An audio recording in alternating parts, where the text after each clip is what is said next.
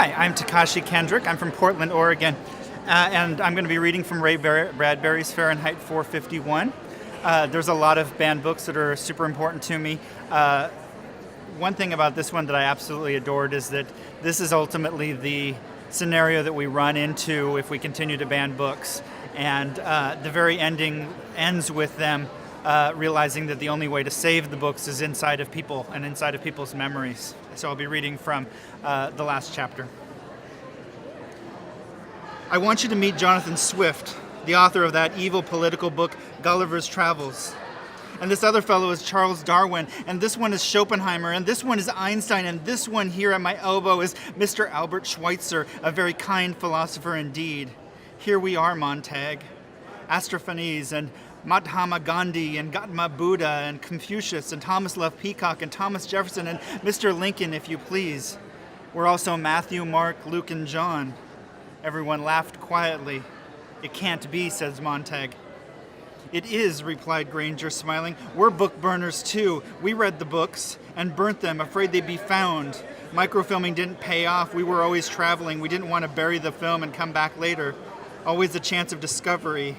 Better to keep it in our old heads, where no one can see it or suspect it.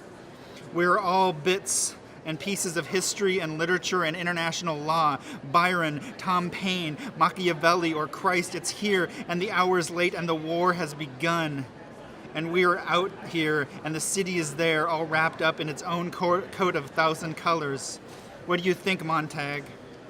I think I was blind, trying to go about things my way, planting books in firemen's houses and sending alarms. You did what you had to do, carried out in a national scale. It might have worked beautifully, but our way is simpler and we think better. All we want to do is keep the knowledge. We think we will need to keep it intact and safe. We're not to incite or anger anyone yet.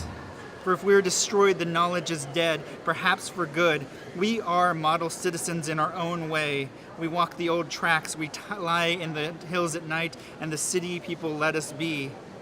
We're stopped and searched occasionally, but there's nothing on our persons to incriminate us. The organization is flexible, very loose and fragmentary. Some of us have plastic surgery on our faces and fingerprints. Right now we have a horrible job.